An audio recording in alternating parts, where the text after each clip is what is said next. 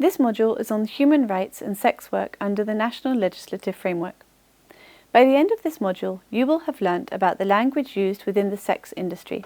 For example, the difference between sex work and prostitution. A brief overview of prostitution policy in India from 1860 till 1978, and from 1978 till the present. The main body of legislation that governs sex work within India, and the position of sex workers under that legislation. Whilst we acknowledge that there are male sex workers within this Human Rights of Women course, our focus will be exclusively on female sex workers. The social actors who make up the sex industry are not simply those who transact in sex directly, but are also the business owners, investors, independent contractors, and other non-sexual employees of such establishments that facilitate the entire process. This module will focus on the position of the sex worker herself.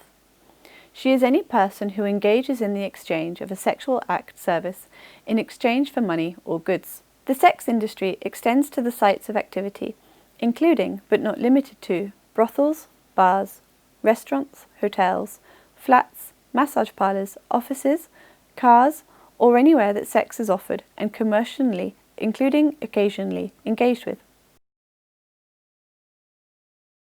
A significant number of women within the sex industry come from extremely vulnerable social positions and have limited other employment prospects. A recent study completed by the United Nations Development Programme and the United Nations Family Planning Association states that from 73 female sex workers they interviewed from the Asia-Pacific region, only 11 had completed secondary school. Many of the participants had been victims of gender discrimination and had been forcibly taken out of school in order to start earning money for the family. It is likely due to the patriarchal culture and stereotypes that male siblings would have been allowed to stay in school for longer. Some participants in the study had been entered into child marriages by their parents. Some had fled abusive marriages.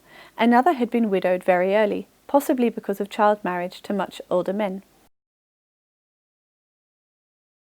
Some had also entered sex work after being thrown out of the family home or ostracized because of the stigma related to premarital sex, even if that sex was sexual abuse. Some women had started working in the profession either due to coercion from family members and partners or due to the coercive nature of their lived situation. 33% of the participants had experienced sexual abuse or rape in their childhood and/or adolescence from family members, teachers, or siblings. In recognition of the lived reality for many women engaged in the sex work industry, their lack of qualifications, lack of access to family support because most women are likely to have been moved to cities in search of employment, including those who have run away from home or not run away from home because of domestic abuse or ostracization, and their vulnerable social position.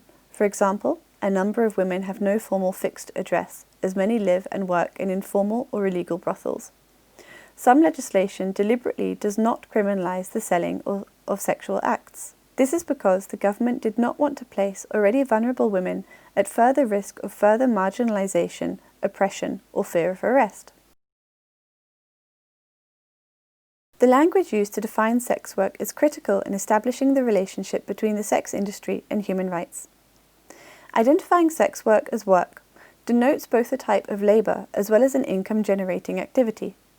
Such an understanding extends recognition of the basic human rights and need for decent working conditions to those who are part of the industry. This module will use the term sex work and not prostitution, as it plays a role in enabling sex workers to articulate their realities. This definition is useful because of the flexibility that it provides in terms of expanding on various related activities, including escorting, street-based sex work, massage, prostitution, dance, pornography, acting and performing, and professional domination and submission, fetish, and phone sex work. It is also the preferred term used by the United Nations and the World Health Organization. The terminology does, however, have its limitations. More often than not, many individuals do not prefer to associate themselves with the term sex worker due to the criminal element and stigma often associated with it. Some radical feminists have also stated that calling it work makes it appear more as a freely entered into profession and marginalises recognition of the coercive environment and vulnerable position of women within society that results in them having few other options for income generation. This is an issue that needs tackling at the policy as well as the activism level. The preamble of the Constitution provides for justice, liberty and equality, and the dignity of all individuals. These rights have further been articulated through the positive rights that are enshrined within the Fundamental Rights section of the Constitution. Articles 12 to 32. Article 15 prohibits discriminatory treatment of all individuals irrespective of race, religion, caste, sex, and/or place of birth. Article 23 prohibits human trafficking and slavery, and Article 24 prohibits employment of children in hazardous employment. In addition to this set of positive rights that are legally enforceable, there is a set of directive principles laid down as desirable objectives for the state to attain. Although they are not legally enforceable, they include rights with regards to livelihood, a clean environment, protection of all citizens against abuse, and a just and humane work environment. Further, the Indian judicial system, with its expansive interpretation of rights, has attempted to read these directive principles into the fundamental rights in cases of public interest litigation. India, despite having constitutional and other legislative provisions that prohibit discrimination and being signatory to numerous international agreements on women's rights that actively prohibit discrimination and exploitation based on gender, has not successfully managed to protect human rights of sex workers. The elevated levels of violence, child sex workers, and the lack of access to healthcare, including preventative healthcare, such as information regarding safe sex practices and accessible health screening, that has resulted in high levels of HIV and other sexually transmitted infections, continue to exist. This can be linked to the immorality and stigma associated with sex work itself, and to the lack of recognition of sex work that attracts basic human rights. The prevalent laws with regards to the sex industry in India originated during colonialism. One of the first legislations to deal with the matter was the Contagious Diseases Act of 1868. This act segregated sex trade workers and isolated them to ghetto-esque areas in Sonagachi in Calcutta and other parts of India. Sex workers were affiliated with being vectors of disease and as a result were subjected to police harassment under the regime of criminalization of sex work that then existed. This act was later repealed in 1889 through a movement led predominantly by white female missionaries. These missionaries accorded victim status to sex workers upon their rescuing discourse. Upon decolonization, India became part of the global trafficking abolitionist movement and in the 1950s signed the UN Declaration on the Suppression of Trafficking. In consonance to this, it further signed the All India Suppression of Immoral Traffic Act, CETA, in 1956, which was later amended in 1978 and then again in 1986, when it was renamed the Immoral Trafficking Prevention Act, or ITPA. The ITPA still remains in force today and is discussed in this module. The Indian Penal Code from 1860 also has several provisions that deal with the sex industry. Offences under the IPC include kidnapping and abducting or criminally intimidating a woman against her will for the purpose of illicit sexual intercourse, importing a girl below the age of 21 from a foreign country, kidnapping and abducting any person and subjecting them to grievous hurt, slavery, or unnatural lust is also criminalized, and trading in or detaining a person as a slave, selling or letting on hire or otherwise procuring a minor below the age of 18 with knowledge that such a minor will be used for the purposes of prostitution or illicit intercourse or for any immoral, unlawful purpose is also prohibited under the IPC. The ITPA is the primary legislation that regulates trafficking and sex work in India today. When it was drafted and enacted, it was done so considering the vulnerability of women who enter the profession. The ITPA recognizes that the majority of women within the profession enter the industry out of necessity to financially support themselves and their dependents, and may have few other professional options. Recognizing the vulnerability of sex workers, the Act focuses on criminalizing elements they feel may coerce women to work in the industry, such as pimps, brothel owners, and those benefiting from the earnings of sex workers. The ITPA, however, is problematic from a rights-based perspective. It does not make a distinction between consensual and non-consensual sex work, therefore equating all sex work to prostitution that's forced. Whilst it does not criminalise sex work, it clamps down on ancillary mechanisms such as brothel keeping, living off the earnings of prostitution, procuring or practicing of prostitution in public, and soliciting. By criminalising these provisions, it makes practicing sex work safely and legally virtually impossible. The following section will critique the Act from an equality, rights-based and gender-sensitive perspective.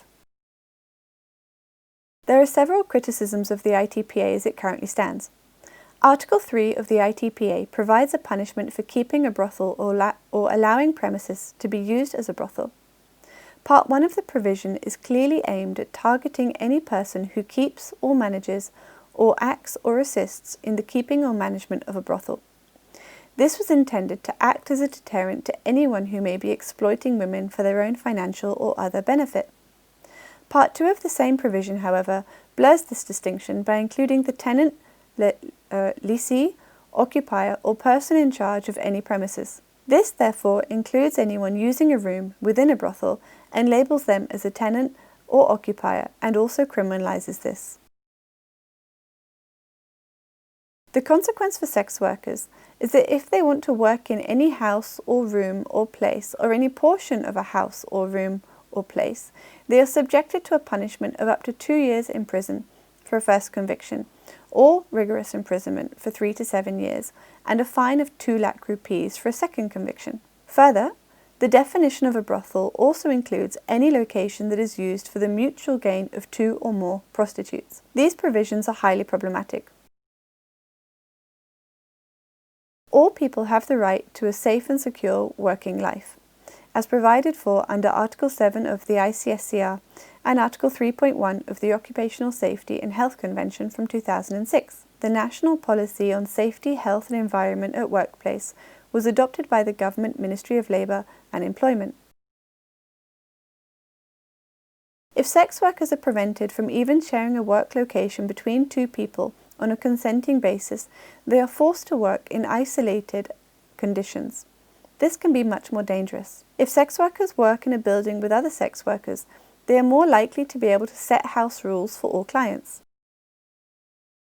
This can include the wearing of condoms or other forms of barrier contraception, which helps to reduce the number of unwanted or unplanned pregnancies, and reduces the transmission of sexually transmitted infection, including HIV and AIDS. If a woman is working alone, she may ask a client to wear contraception. If he does not want to wear contraception, he might leave and seek satisfaction elsewhere.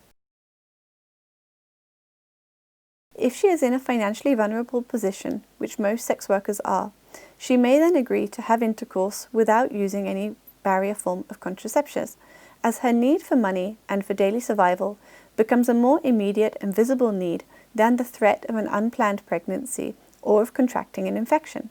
If a woman is working in the same location as another sex worker, they may both require the customer to wear contraception. In this case, even if the customer wants to say no and go to another sex worker, he might know that the same rule will be applied. He is therefore more likely to comply with the request.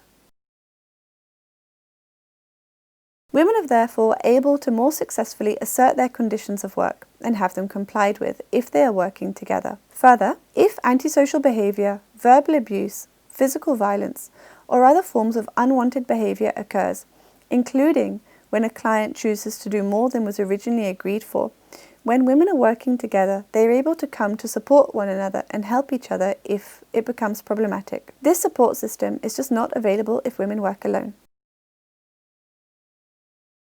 Further, if a woman is working alone in an isolated condition, she may also be more vulnerable to having the terms of the contract violated and suffering violence that was not agreed to if she cannot call for support. She may also be more vulnerable to not being paid and not being able to assert her pressure on the client than if she was working with other women where they would deny that client future entry into the building. The provisions of the ITPA that define a brothel and therefore regulate the locations where sex work may take place, despite the intention of not criminalising the sex worker, reinforces the vulnerability and increases the risks and dangers to women. If workplaces were not prohibited by the law, they may also be subject to minimum standards which are currently not present.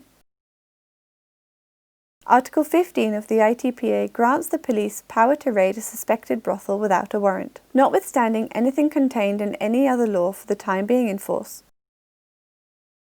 Whenever the special police officer or the trafficking police officer, as the case may be, has reasonable grounds for believing that an offence punishable under this Act has been or is being committed in respect of a person living in the premises, the search of the premises may be conducted without a warrant. Such an officer, after recording the grounds of his belief, may therefore enter and search a premises. This section also puts requirements on the police in an effort to ensure their powers are used responsibly. The requirements include, amongst others, to ensure that 2 or more respectable inhabitants, at least one of whom should be a woman, attend and witness the search. This ceases to apply if a woman is conducting the search. The special police officer or the trafficking police officer, as the case may be, making a search under this section shall be accompanied by at least 2 women police officers. In reality, the requirements to either have female officers present or to bring at least one female witness from the local community are rarely fulfilled. The Act further goes on to state in Article 15.4 that the police officer entering the premises under subsection 1 shall be entitled to remove therefrom all the persons found therein. This provision significantly affects the relationship of the sex worker and the police. The intention was that any worker found would then be placed in a protective home or corrective institution for their rehabilitation. Such protective rules where the police were expected to act as saviours, rescuing women from their situation and forcing them to be rehabilitated, often in underfunded, under-resourced or non-existent homes, and the violation of the entry requirements above increase the fear and distrust between the sex workers and the police, and therefore increases the distance between them. As working in a brothel is illegal, the police often search brothels without a warrant. This is permissible, but often without a female officer or witness present. This is an abuse of the law. Women are then left in a vulnerable position where they may be subjected to harassment at the hands of the male police officers, including but not limited to physical, sexual, and mental abuse. In some cases, women are threatened with arrest for working in a brothel or are made to either pay monetary bribes to or perform sexual acts on the officers to avoid arrest. The workers are unable to seek justice and protection of their rights, and they are scared of the consequences of working in what may be defined as a brothel. The ITPA also enables magistrates to order for the removal of any person from a site that sex work is being performed at. This is a gross violation of the sex worker's right to shelter and may lead to forced homelessness. Additionally, it makes it difficult for sex workers to find alternative locations that are both safe in terms of shelter and also enabling in terms of their profession, due to poverty and the prevalent social stigma. This hardship is further reinforced with the Act's requirement that sex workers may not work in any public place or place within a distance of 200 metres of any public place of religious worship, educational institutions, hotels, hospitals, nursing homes, or such other places of any kind. Any violation of this requirement may result in a prison sentence of up to 3 months. Such policies risk pushing sex workers who are procuring clients into narrow alleyways that are dimly lit and unsafe. This decreases their chances of being helped if they are in uncomfortable situations and reinforces the lack of respect and tolerance towards their work, which further diminishes their status as equals within society, with their form of income-generating activity labelled as devious and not acceptable to society. Further, the ITPA also regulates the procurement of sex by clients. This was drafted with the intention of targeting the purchaser and not the sex worker, as it recognises the vulnerability and socially disadvantaged position of the sex worker. The drafters of the legislation deliberately didn't want to punish the sex worker or put them at further risk of disadvantage, and this is why the purchaser or the client, and not the seller, is criminalised. Under the Act, any person who attempts to procure a person, whether with or without their consent, for the purposes of prostitution, shall be punishable on conviction with rigorous imprisonment for a term of not less than 3 years. This is obviously intended to act as a deterrent towards those who are considering the purchase of sex, and to try to safeguard the sex worker from harm. Despite these intentions, in practice the safety of the sex worker is still very much affected. If neither the purchase nor the selling of sex is criminalised, then neither party fears being arrested at any stage of the negotiation or other process. When one party is criminalised, say in this case the purchaser, they feel scared of being arrested when they are approaching a sex worker. The reality on the ground, therefore, means that prior to the act of purchasing being made illegal, a negotiation may take several minutes before an agreed service and exchange is agreed upon. Time to negotiate a fee for a specific service enables the sex worker to also assess the safety of the client and whether she feels comfortable engaging with them. Time to negotiate and agree to what the client is requesting and any such conditions associated with this, such as the sexual act itself, how long it will last, and whether contraception will be worn, are all important. These negotiations typically take place in doorways or pavements or by the windows of parked cars, or near scenes of social interaction, such as bars, hotels, and clubs. When the purchase or selling is criminalised, one of the parties is likely to feel unwilling to engage in this negotiation, as any prolonged communication may raise the suspicions of the police or law enforcement officials. The result is that the worker feels pressurised to enter a purchaser's car or other location without having had as much time to negotiate. When she is already in the car or the bedroom or the other place, her negotiating power is no longer as high.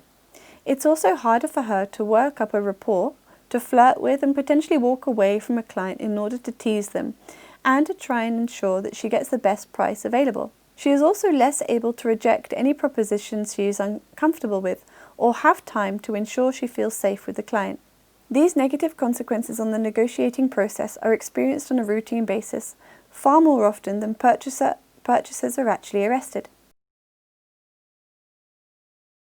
They may therefore be said to be disproportionately affecting women. Laws intended to protect the sex worker and criminalise the purchaser do in fact then harm the sex worker. Article 4 of the ITPA criminalises anyone above the age of 18 for living on the earnings of prostitution. It goes on to state that any person who knowingly lives wholly or in part on the earnings of the prostitution of any person shall be punishable with imprisonment for a term which may extend to 2 years. This section was clearly intended to target pimps or other persons who were forcing women to work as sex workers and making a profit. Whilst this is a praiseworthy aim, the provisions may be abused to the detriment of the sex worker and her family. The strict drafting of the paragraphs results in it reading, where any person over the age of 18 years is proved to be living with or to be habitually in the company of a prostitute, or to have exercised control, direction or influence over the movements of a prostitute in such a manner as to show that such a person is aiding, abetting or compelling for her prostitution, or to be acting as a tout or pimp on behalf of a prostitute, it shall be presumed, until the contrary is proved, that such person is knowingly living on the earnings of prostitution. By presuming guilt until the contrary is proved, the provision was drafted to have a deterrent power to deter potential pimps from selling women. It also recognises the different power status between a sex worker and a pimp, and that a paper trail of evidence may be hard to establish. Therefore, the cohabiting or the habitually in the company of provision was seen as sufficient to demonstrate that a relationship of power of control existed. The influence over the movement of a prostitute, for example, to send a woman to clients, was seen as sufficient to prove that sex was taking place as the result of this relationship. This may adversely affect a sex worker's life choices and actively discriminate against her and her dependents on several grounds. If a woman chooses to engage in sex work in order to financially support her partner, children, and/or other dependents, her dependents are at risk of being charged with living off her earnings if they are over the age of 18. This is both a violation of her right to privacy and her freedom from arbitrary interference by the state into her family life and home as guaranteed in the ICCPR. It also interferes with both how she chooses to earn money when sex work itself is not illegal, and how she chooses to manage and allocate her household budget. Further, it is a violation of the ICCPR's non-discrimination ground, which is also found in the Indian Constitution. This is because it distinguishes her as a mother, wife, partner, and daughter because of her profession from other women who may equally support their dependents, but with money from other, equally legally permissible forms of employment. It is also a violation of freedom of association and her equal protection of the law. Imagine, for example, the child of a sex worker who wishes to pursue higher education beyond the age of 18, or who needs financial support from their mother or sister to support them, or a husband or a partner who may be unemployed for medical reasons or unable to earn either on a temporary or permanent basis. Individuals who have a financial benefactor who is not a sex worker will be able to consensually receive money from their relative free from the burden of fear that they may then be charged with living off the earnings of a prostitute, and then have the burden to prove their innocence when any other relative would not. Placing this fear and burden on the financial dependence of a sex worker is therefore a violation of their freedom of association. The ITPA also provides for forcible testing of sex workers for sexually transmitted infections. Such a provision in the law is a clear breach of equality and privacy of sex workers. Such testing, especially for women, involves intimate medical examinations that physically penetrate the body. If these are performed in an insensitive way, they can be painful, humiliating, and degrading. This further adds to the differential treatment and reinforces their humiliation, as well as dehumanizes them on the basis of their choice of profession. Subjecting anyone to cruel or degrading treatment or punishment is a violation of Article 7 of the ICCPR. The ITPA fails to provide substantive support for workers by providing them with accurate and accessible information regarding safe sex practices and how to minimize contracting sexually transmitted infections, which would fulfill their rights to health as found in the ICSCR and in the Women's Convention. The state could, for example, provide free or subsidized barrier form of contraception, and that would reduce the transmission of some major sexually transmitted infections, including HIV or AIDS, or chlamydia, which can result in infertility. It also fails to offer appropriate constructive support that helps to recognize the powerlessness of many women to engage in the formal workforce. A better strategy would be to offer them relevant skills and a supportive environment that would allow them to keep living with and supporting their family whilst fulfilling their economic right to work, and to not discriminate against them because of their choice of profession. Overall, the current legislation in force in India today is considerate to women's interests, but does not focus on the fulfilment of women's rights. In this way, the ITPA is very much a document of its time, and needs to be reimagined to the new generation's understanding of how to best protect women's rights in a way that is sensitive to their lived reality. Since the coming into force of the ITPA, despite its provisions for corrective homes and retraining of sex workers to encourage their emancipation from the industry, sex work continues to be a reality and a continuing profession. New efforts should be made to provide minimum health and safety standards and to continue ensuring, but to a higher and more accessible standard, that opportunities to leave the sex industry are created and supported, and that for those who choose to remain within it, they face as little discrimination as possible. This module has covered definitions used in the industry in general, the social position of most women within the sex industry, and the evolution of law regulating sex work in India from 1868 till today. It has also critiqued from a women's rights perspective some of the provisions of the current legislations. Thank you.